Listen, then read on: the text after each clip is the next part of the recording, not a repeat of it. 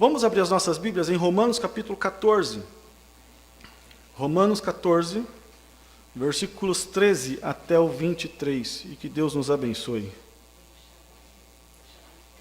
Chá? Ah, tem chá da Rúbia. A Rúbia vai fazer chá virtual, né?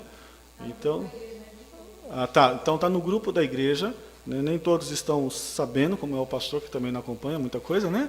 Aí, então vai ter chá virtual. Como você vai fazer esse negócio? Vai dar chá? Vai distribuir? E tomar o chá? Né? Ótimo. Então, para as irmãs, né? E os homens também que queiram participar, né? Então tá lá o número. Eu acredito que é para você comprar algum presente, alguma a questão. Deve ter prenda também, não? Tem prenda também. O negócio é. Então, prenda, sorteio de R$1.000? Ah, 100. Né? Tá podendo, hein? R$1.000? Não? O Tânis falou R$100 ali, o Tânis macha. Brincadeira, irmãos, realmente grande alegria. Criança na igreja sempre é presente de Deus. Né? Então, esse a gente passou 10 anos pedindo. Do Mateus veio 5 anos depois. E assim vai sucessivamente. Então, as irmãs, as irmãs que ainda estão nessa fase, animem-se, realmente é bênção. Filhos sempre vai ser bênção do Senhor. E por falar em filhos, a Bia está me avisando que vai ter salinha. Então, as crianças podem estar indo lá para a salinha com a tia Ana Beatriz, né? Olha lá, tia Ana Beatriz, pegou, vai ficar, né? Pois é. Eu ia falar, vai algum adulto lá, né? Porque... Vamos lá, Romanos capítulo 14, versículos 13 em diante. A exemplo que a gente tem falado, né, desde o capítulo 12, sempre pontuamos a base de todos os sermões de Romanos, de capítulo 12 em diante, sobre o versículo 1 e o versículo 2. Eu quero que os irmãos realmente fiquem saturados de ouvir, fiquem saturados de ver. Rogo-vos, pois, irmãos... Cadê, irmãos? Olha lá, isso, coloca na tela, por favor, aí. Romanos capítulo 12, versículos 1 e 2. Vamos bem junto, bem forte, para a gente poder ter esse texto. Vamos lá? Rogo-vos, pois, irmãos, pela compaixão de Deus, que apresentei os vossos corpos em sacrifício vivo, santo e agradável a Deus, que é o vosso culto racional. Esta é a base. Esta é a essência de nós estarmos aqui, pelas misericórdias de Deus. Nós poderíamos pontuar todos os princípios que nós vimos desde o capítulo 1 até o capítulo 12. Não vamos ter tempo para isso, então vamos adiante. Mas aonde que eu me sustento? Eu me sustento na misericórdia. É por conta da misericórdia de Deus, que, como nós pontuamos de manhã, nós servimos. É por conta da misericórdia de Deus que nós amamos. É por conta da misericórdia de Deus que nós damos testemunho às nossas autoridades. É por conta da misericórdia de Deus que nós praticamos o amor na sua totalidade. É por conta da misericórdia de Deus que nós dependemos da soberania de Deus, até mesmo para poder aceitar os irmãos mais frágeis, os irmãos mais fracos, os irmãos doentes. E também convivermos com aqueles que têm a sua fé forte, fortalecida. É por conta da misericórdia de Deus que nós nos colocamos aqui hoje exatamente para podermos ouvir da palavra de Deus, de que, olha, não use em vão a sua liberdade. É interessante porque quando o apóstolo Paulo começa a tratar dessas questões, um comentarista chama a atenção de que Paulo é como se ele encerrasse o assunto no capítulo 14, no capítulo 13, e recomeçasse o assunto da praticidade do dia a dia da igreja. Aceitar as pessoas nem sempre vai ser uma maneira fácil. Nem sempre vai ser uma maneira pela qual a gente fala, olha, eu aceito de bom grado, eu estou junto de bom grado. Mas a gente faz isso por conta da soberania de Deus nas nossas vidas.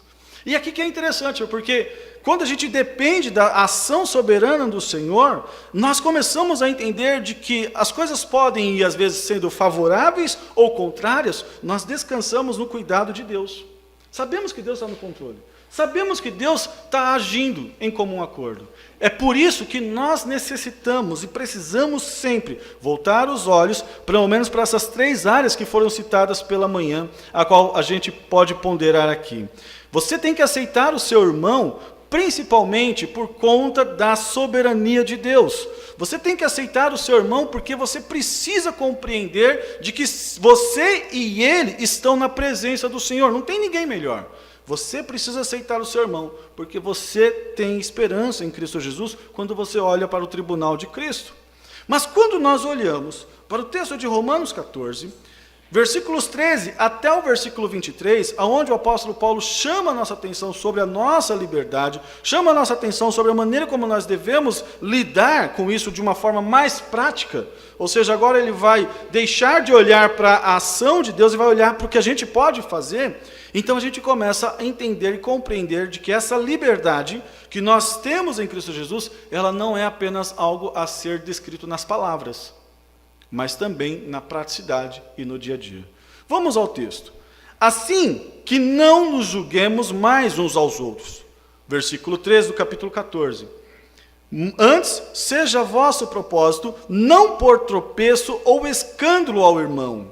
Eu sei e estou certo no Senhor Jesus que nenhuma coisa é de si mesma imunda, a não ser para aquele a quem tem por imunda, para esse é imunda. Mas se por causa da comida se contrista teu irmão, não andas conforme o amor, mas se por causa da comida se contrista teu irmão, não andas conforme o amor, mas destruas por causa da tua comida aquele a quem Cristo morreu. Não seja, pois, blasfemado o vosso bem, porque o reino de Deus não é comida nem bebida, mas justiça e paz e alegria no Espírito Santo. Porque quem nisto serve a Cristo é agradável a Deus e aceito aos homens. Sigamos, pois, as coisas que servem para a paz e para a edificação de uns para com os outros. Não destruas por causa da comida a obra de Deus. É verdade que tudo é limpo, mas mal vai para o bem que come com escândalo. Bom é não comer carne, nem beber vinho, nem fazer outra coisa em que teu irmão tropece, ou se escandalize, ou se enfraqueça. Tens tu fé? Tem-na a ti mesmo, diante de Deus. Bem-aventurado aquele que não se condena a si mesmo naquilo que o aprova. Mas aquele a quem tem dúvida se come, está condenado, porque não come por fé, e tudo que não é por fé é pecado. Quando olhamos para esse texto, logo podemos trazer à memória Mateus capítulo 18, versículos 6 e 7, quando o Senhor Jesus chama a atenção a respeito daqueles que iriam causar escândalo. Nesse texto de Mateus capítulo 18, 6 e 7, diz assim: mas qualquer que escandalizar um desses pequeninos, que creram em mim, melhor lhe fora que se lhe pendurasse ao pescoço uma mó de azenha e se submergisse na profundeza do mar. Versículo anterior, deixa eu voltar aqui para o meu texto. E qualquer que receber o meu nome, um menino, tal como este, a mim me recebe. Esse texto traz para nós um peso, porque a gente começa a olhar como é que eu vou lidar com a pessoa que está à minha volta. Como é que eu vou tratar, seja o crente ou seja o descrente? Eu tenho que tomar cuidado. Porque a palavra do Senhor chama muita atenção sobre a maneira que você vai lidar com essa pessoa.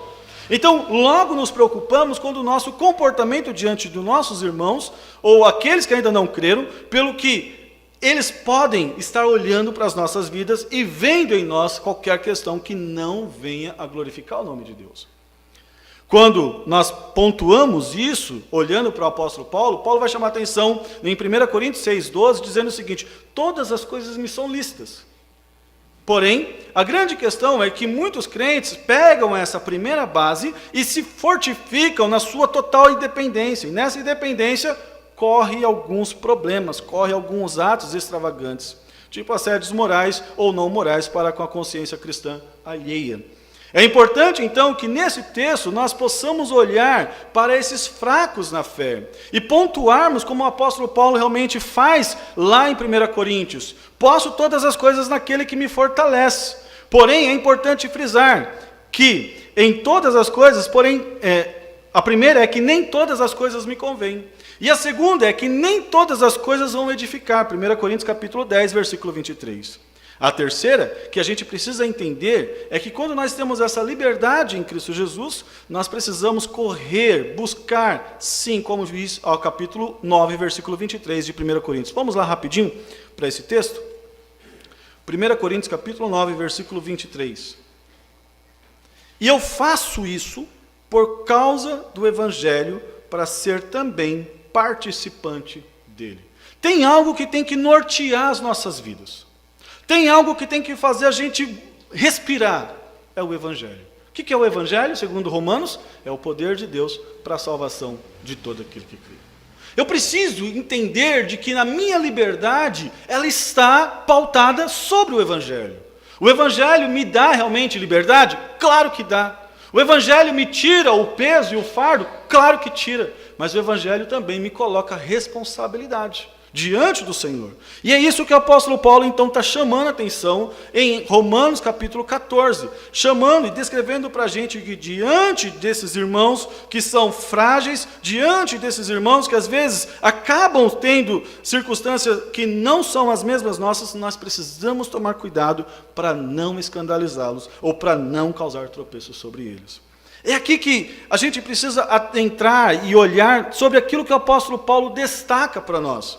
Porque sobre essa ótica do escândalo, ou sobre essa ação a qual ele menciona, nós podemos ver pelo menos 4 ações em relação à liberdade. A primeira delas, você tem que tomar cuidado, aceite o seu irmão. Opa, agora voltou mais aqui. Aqui.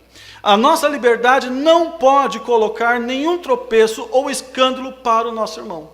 Não é porque eu sou livre, não é porque eu tenho essa perspectiva de que agora nada me impede, de que agora eu tenho que forçar a barra para com o meu irmão. É interessante porque a palavra que a gente olha aqui, o propósito máximo que o apóstolo Paulo pontua nas nossas vidas, é de que, olha, você não pode servir de isca para o seu irmão cair. Entende? Essa é a ideia do termo escândalo. Você não pode servir de isca para o teu irmão cair. Literalmente, como, não sei aqui em Tararé se tinha essa questão da arapuca, né? Fazia aquela arapuca com madeirinha, colocava a armadinha ali e esperava o pombinho ou o passarinho ir lá comer. No Nordeste se fazia muito isso, né? Você pegava aquilo dali e levava para casa para comer. Você esperava ele ser seduzido pela isca que colocava. O escândalo é exatamente isso. É a isca que é colocada para que o irmão caia. O tropeço é aquilo que vai trazer pancada sobre a sua vida. É aquilo que vai fazer com que essa pessoa realmente perca o objetivo e perca o ânimo de inclusive estar frequentando, de inclusive estar caminhando na fé. Paulo, então, está chamando a atenção. Irmãos em Cristo, preste atenção. Nós temos um cuidado, temos que tomar um cuidado muito sério. Nós não podemos servir de escândalo e nem servir de tropeço para aqueles que estão caminhando juntamente conosco. E ele vai então nos apresentar algumas razões, ele vai nos apresentar algumas questões muito claras pelas quais a gente tem que tomar cuidado com isso. E uma delas é, não sirva de tropeço. Por quê? Eu sei e estou certo no Senhor Jesus que nenhuma coisa de si mesma é imunda, a não ser para aquele que tem por imunda, para este é imunda. Todas as coisas que foram criadas por Deus. Paulo chama a atenção descrevendo o seguinte, não é a comida, não é a bebida, não é as coisas que Deus criou que são imundas. A questão da imundícia ou da impureza está na pessoa. Jesus, inclusive, chama a atenção de que o que contamina o homem não é o que entra, é o que sai, mas não por outra questão, pela boca. É isso que contamina a gente, né? É aquilo que a gente acaba expelindo. Do coração mau, do coração corrupto, sai o adultério, sai a maledicência, sai as violências e todas as outras questões más. É isso que a gente precisa tomar cuidado. Mas quando a gente pensa em alimento, quando a gente pensa em outras coisas, lembra lá de Atos, né? Quando Pedro tem a visão, e aí Pedro fala, eu não vou comer isso. Pedro, não fale que não vai comer aquilo que eu santifiquei. Eu purifiquei isso. E Pedro, então, nega aquilo 3 vezes por conta da sua tradição, por conta da sua religião. E até que é tirado aquilo dali, e Pedro, depois da situação, entende o que Deus estava fazendo. Paulo está chamando a atenção de que, olha, o problema não está na comida, o problema está nas pessoas. E é importante que se frise isso. Se por causa da comida seu irmão se contrista, se teu irmão já não anda, então você com amor. Não destruas por causa da tua comida aquele por quem Cristo morreu. O problema não está na comida, mas o teu irmão não está entendendo ainda a dimensão da graça, a dimensão da ação do amor de Deus. E às vezes problema dele se ele não come, problema dele se ele não bebe, problema dele se ele não faz. Paulo está chamando a atenção, olha, você por conta da tua comida, por conta daquilo que você está valorizando tanto, você está desprezando aquilo que a gente falou pela manhã. Como o crente forte, você está desprezando o seu irmão. E isso é perigoso. É perigoso por quê? Porque a gente precisa entender de que essa pessoa que a gente está causando dor, no termo aí no versículo 15, não destruas, que você está causando tristeza, a pessoa que você está trazendo circunstâncias pesadas sobre ela, essa pessoa foi alcançada pela graça do Senhor. Essa pessoa, ela não é qualquer um. É uma pessoa a quem Cristo morreu por ela na cruz.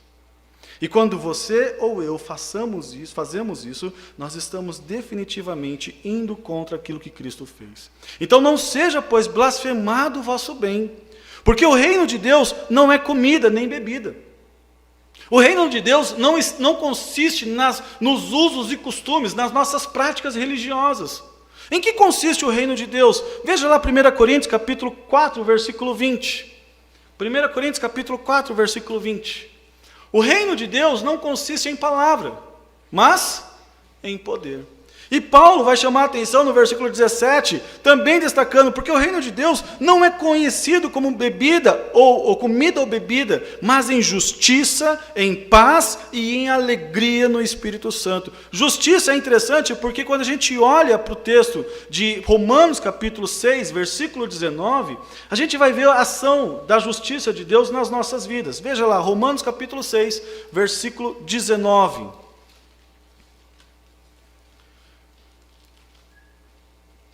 Falo como homem pela fraqueza da vossa carne, pois quem assim como se apresenta os vossos membros para servirem à imundícia e à maldade, para a maldade, assim apresentei agora os vossos membros para servirem à justiça, para a santificação. Ou seja, alcançados pela justiça, lembra de Romanos 5:1, sendo pois justificados, temos paz com Deus, a nossa vida mudou.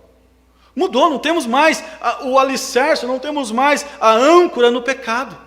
Não temos mais essa questão de andarmos fazendo aquilo que agrada a nós mesmos. Muito pelo contrário, andamos em novidade de vida. Somos novas pessoas, somos novas criaturas. O Evangelho muda as nossas vidas. Segundo, Paulo chama a atenção de que nós fomos alcançados para o reino de Deus também em paz. Veja que diz lá em Romanos capítulo 3, versículo 17. Paulo vai chamar a nossa atenção em Romanos 3,17, de que, olha, e não conheceram o caminho da paz, o caminho que eu e você trilhamos hoje.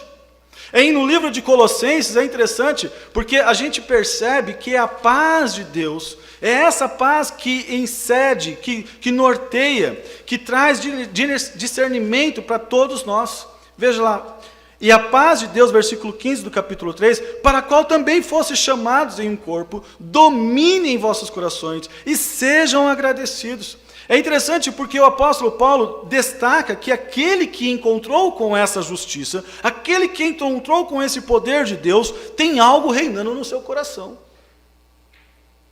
Que não é a guerra, não é a inimizade, não é as discórdias, não pode ser as discórdias. Você é alcançado, você foi transformado, e agora a paz de Cristo reina no seu coração. Amém? Mas mais ainda, nós não temos apenas a questão da justiça pela qual a gente possa viver, ou da paz que inunda, que permeia o nosso coração, mas a alegria no Espírito Santo. E aqui, gente, veja lá Romanos capítulo 5, versículo 8.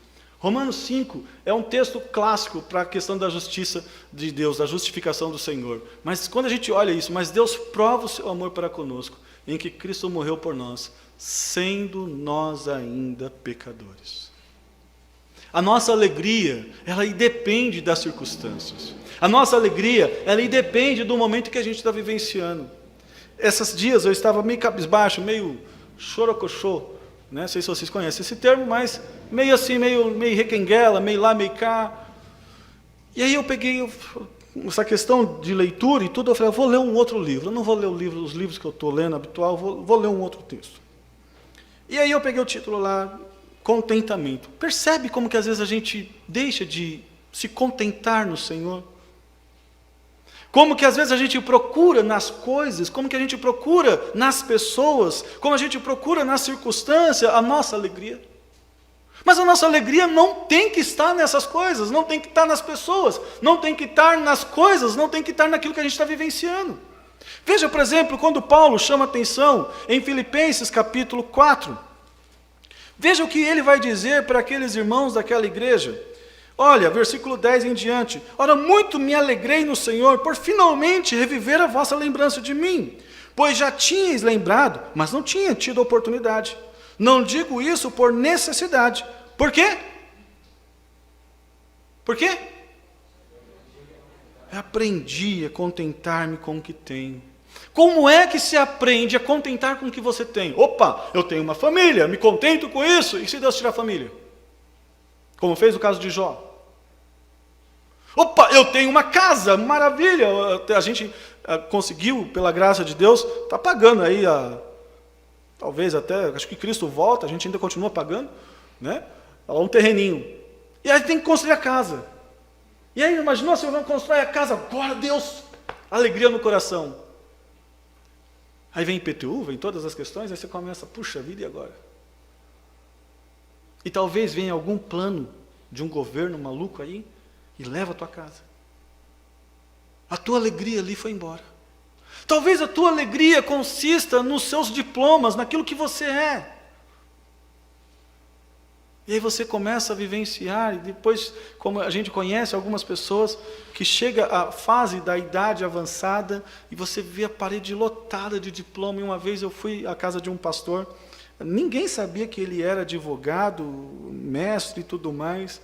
Ele falou assim, Claudemir, você está vendo tudo isso aí? Nada disso. Nada disso vale. Porque a nossa alegria, o nosso contentamento está em Cristo. Não tem que estar nas coisas, não tem que estar nessas circunstâncias, não tem que estar nesse tipo de vida. Sei estar batido e sei também ter abundância, e em toda maneira e em todas as coisas estou instruído tanto a ter fartura como a ter fome, tanto a ter abundância como a ter padecer necessidades. Posso todas as coisas naquele que me fortalece. O Evangelho não consiste em comida, o Evangelho não consiste em bebida, o Evangelho consiste no Espírito de Deus, no poder do Espírito Santo de Deus. É nisso que consiste o Evangelho. Portanto, se nós nos reunimos para juntos podermos cultuar ao Senhor, mas se talvez alguma questão impeça a nossa adoração, porque estamos servindo de escândalo, tem alguma coisa de errado. Porque não podemos permitir com que os nossos irmãos ou nós mesmos venhamos a ser fragilizados por conta das nossas atitudes. Paulo então destaca isso para a igreja, chamando a atenção da igreja. Olha, não sirvam de tropeço, não se deixe levar por conta disso. A nossa liberdade não pode se sobressair acima do sacrifício de Cristo. Muitas vezes, por conta da nossa liberdade, queremos nos colocar acima daquilo que Cristo fez. Veja os versículos 14 e 16 em diante, dizendo assim: não seja, pois, blasfemado o vosso bem, porque o reino de Deus não é comida nem bebida, mas justiça e paz, e alegria no Espírito Santo. Porque quem nisso serve a Cristo, agradável é a Deus, e aceito aos homens. Sigamos, pois, as coisas que servem para a paz, e para a edificação de uns para com os outros. 20. Não destruas por causa da comida a obra de Deus. Perceba qual que tem que ser o nosso foco, qual que tem que ser a nossa busca. Sigamos então aqui, vale a pena, corramos atrás do que realmente importa. Em que? Ter paz com todos, fazer com que a edificação de um para com os outros aconteça. Mas nós não podemos correr atrás daquilo que vem a menosprezar o que Cristo conquistou na cruz do Calvário. Não sejamos nós agentes de destruição daquilo que Deus fez. E aí Paulo destaca, é verdade que tudo é limpo, porque foi Deus quem fez, mas mal vai para o homem que come com escândalo.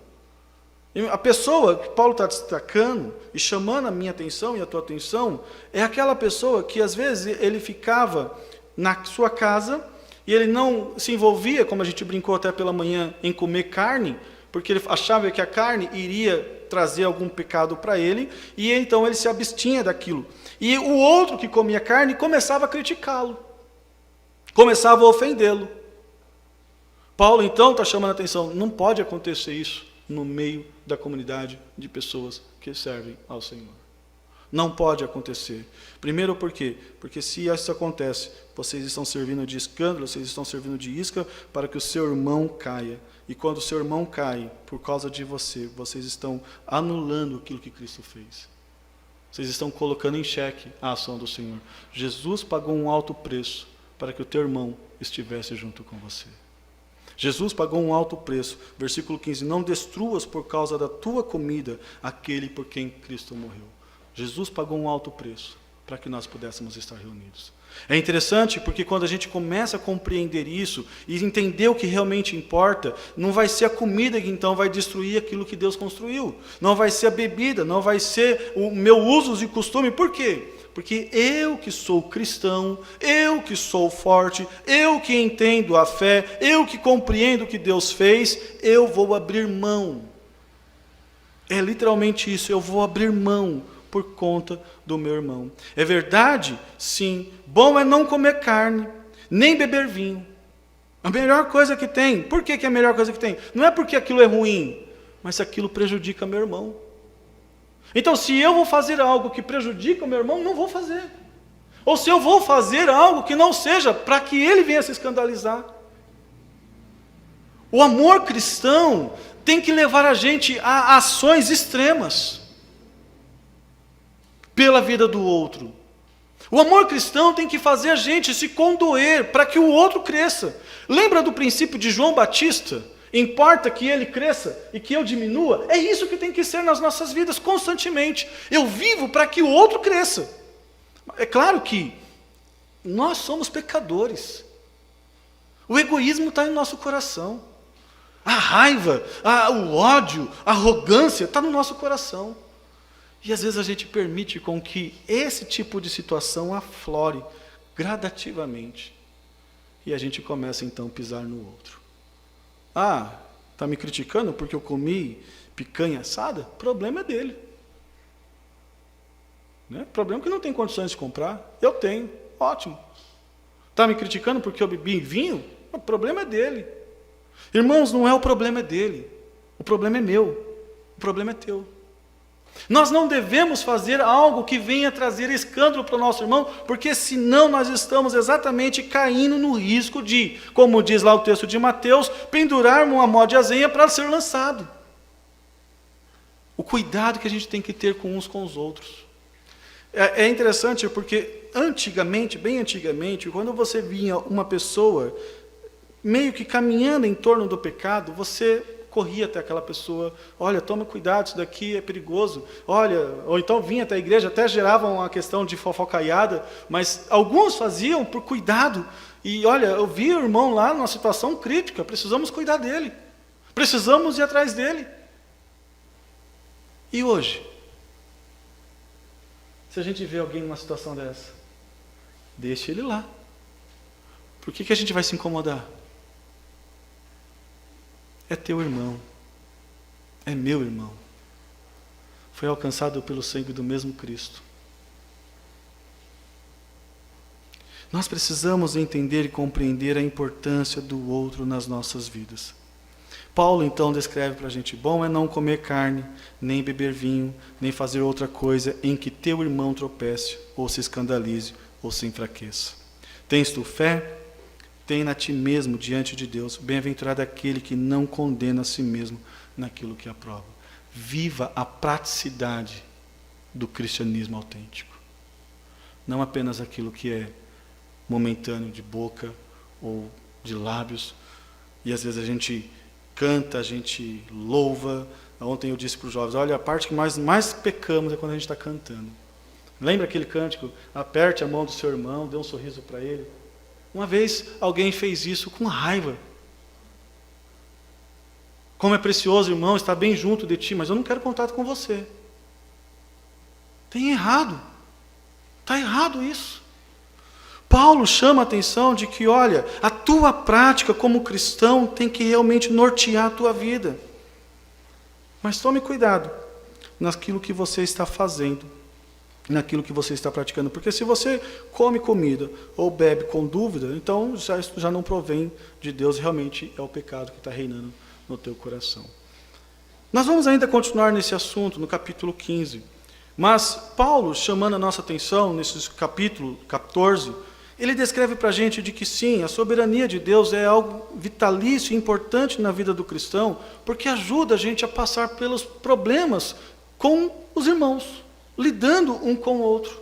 E descreve para a gente que é ancorado naquilo que Cristo realizou, que nós vamos aprender a suportar os nossos irmãos, a andar junto, a conviver, até porque nós somos diferentes.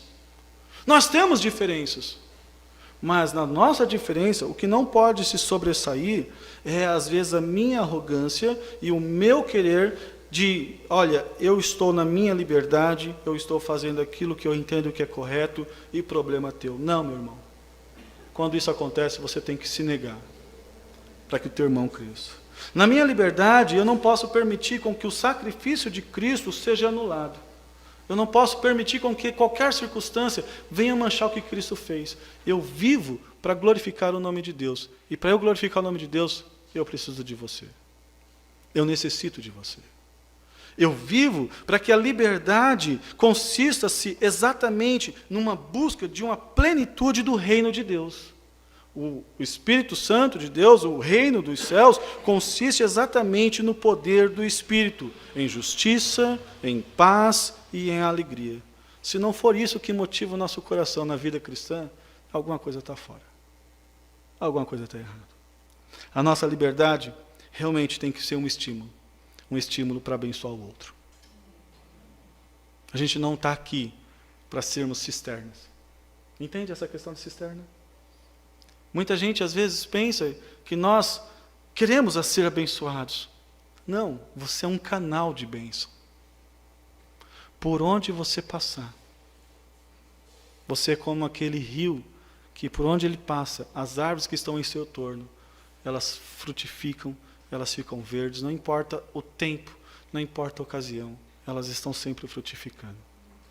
A gente precisa encarar isso como uma realidade nas nossas vidas e responsabilidade. Vivemos para abençoar o outro, não para menosprezá-lo e nem para julgá-lo. Amém? Vamos colocar de pé e nós vamos orar.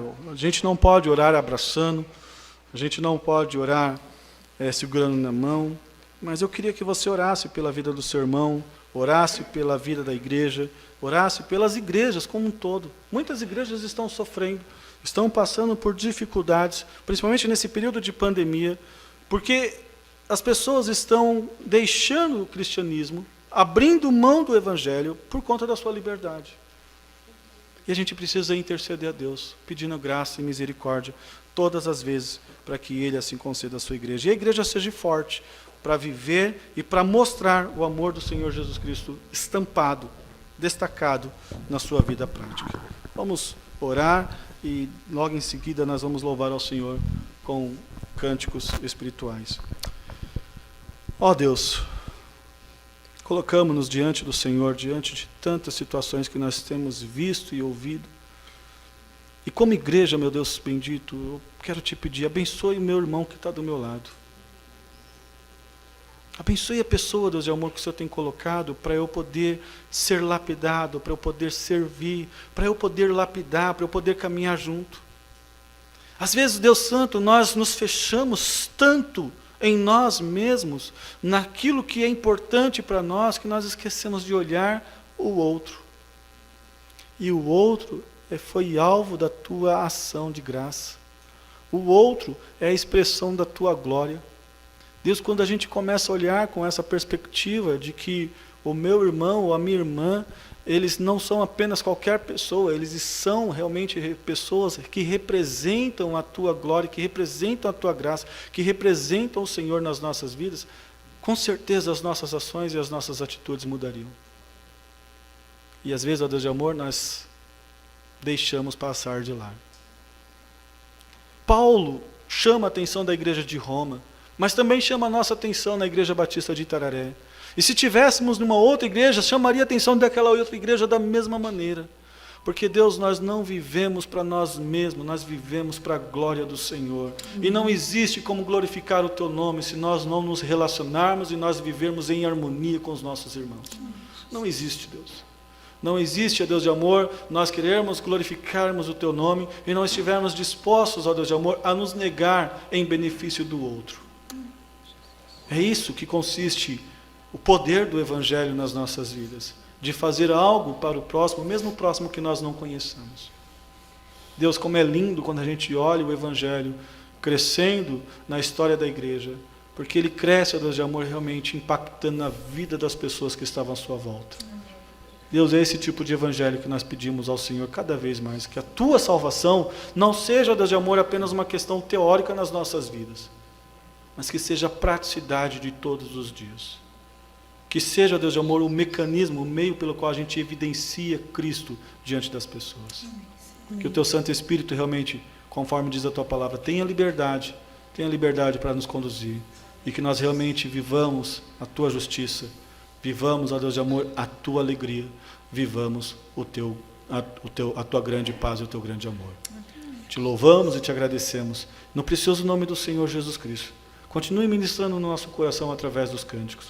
Continue falando a nós, ó Deus de amor, diante das palavras também cantadas, pois entendemos, ó Deus de amor, que a Tua palavra ela é viva e ela é eficaz.